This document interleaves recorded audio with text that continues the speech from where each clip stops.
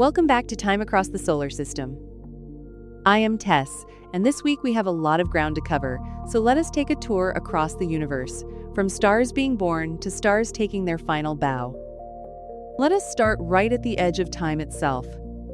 Astronomers using the James Webb Space Telescope just announced something that changes how we think about the very first galaxies.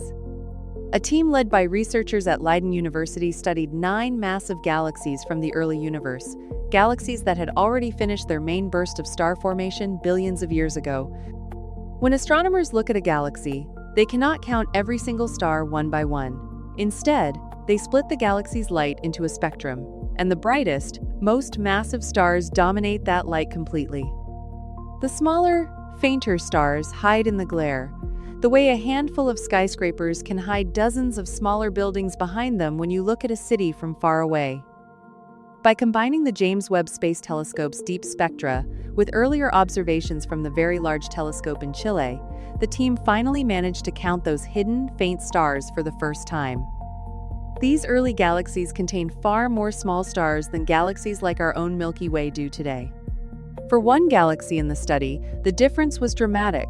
That galaxy likely formed less than 1.5 billion years after the Big Bang, and it may be up to 4 times more massive than scientists had previously calculated.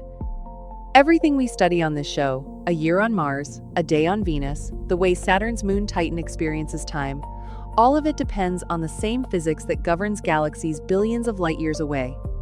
When light from one of these ancient galaxies reaches the James Webb Space Telescope, we are seeing backward in time, and this discovery tells us that our reading of the universe's early chapters has been incomplete.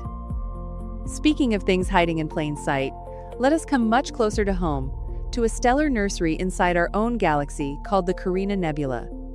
The James Webb Space Telescope just released a new picture of the month, and it is a beauty. Tucked inside the nebula, about 7,500 light-years away, sits a small dusty cloud shaped like an open wooden chest. Astronomers call it the treasure chest. Instead of gold coins, this chest holds roughly 70 young stars, all crammed together in a glowing cluster, the most massive of them nearly 19 times heavier than our Sunday. Here is where things get interesting for a show about time. When astronomers first studied this cluster, they estimated its age at only about 100,000 years. New James Webb data pushes that number much higher, to roughly 1.3 million years. A star cluster is a little like a classroom photo.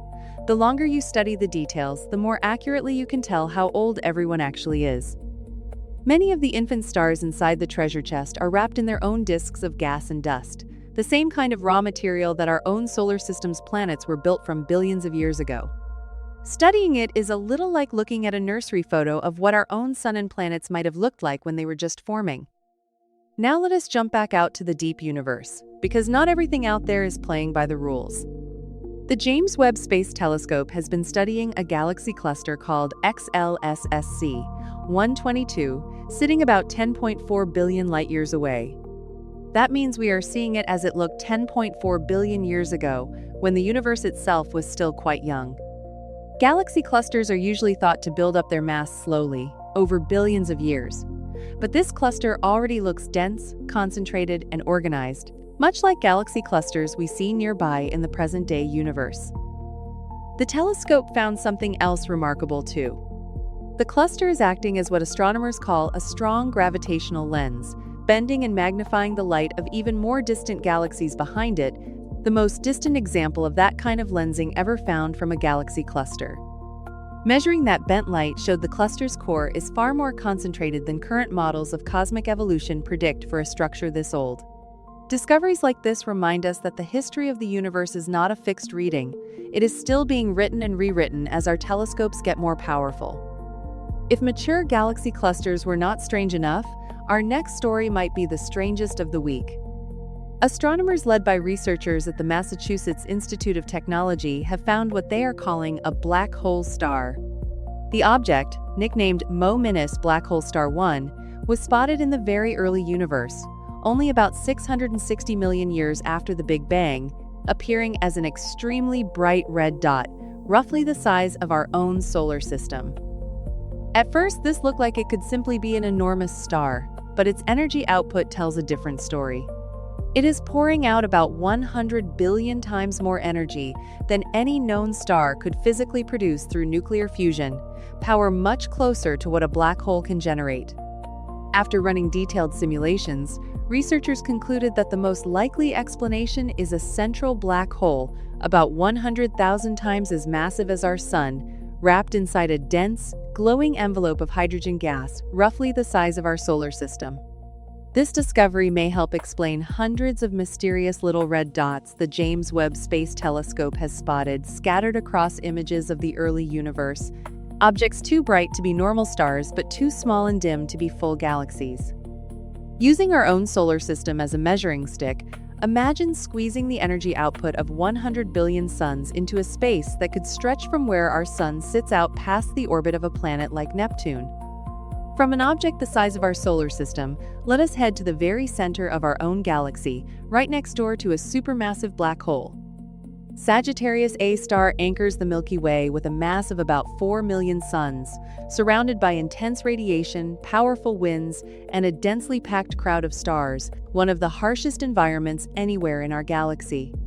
Using the James Webb Space Telescope, an international team of astronomers studied a star called IRS-3, an aging giant located just 0.55 light-years from that black hole.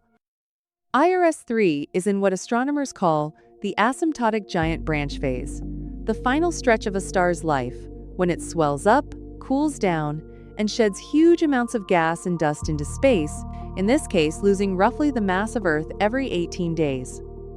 Using Webb's mid-infrared instrument, researchers captured the first ever continuous infrared spectrum of this star and confirmed it is an oxygen-rich giant.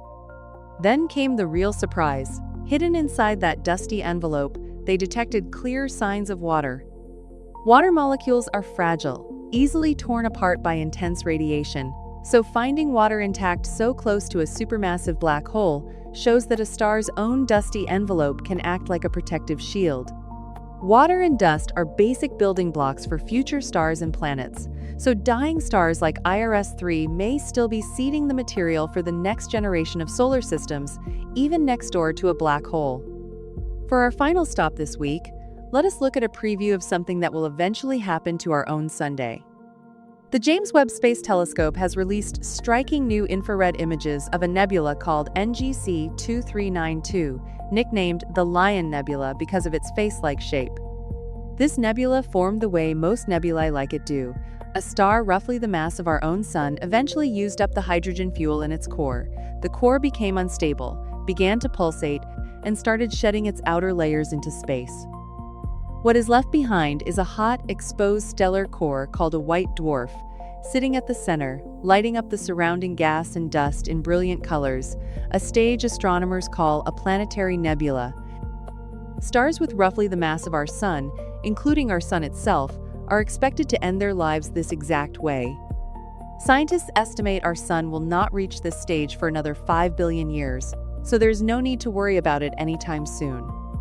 But looking at the Lion Nebula is a little like looking at a family photo album from the distant future, a preview of the kind of beautiful, dramatic ending that awaits stars just like ours. By reading nebulae like this one, astronomers are essentially studying the biography of stars similar to our Sun, chapter by chapter, so we can understand our own star's distant future with real scientific detail rather than guesswork.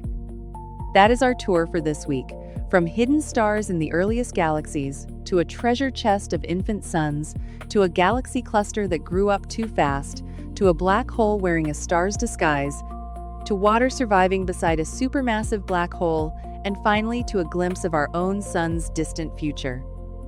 For more on how time and scale work differently across our own solar system, along with lesson plans, calculators, and more episodes like this one, visit tatssp.com.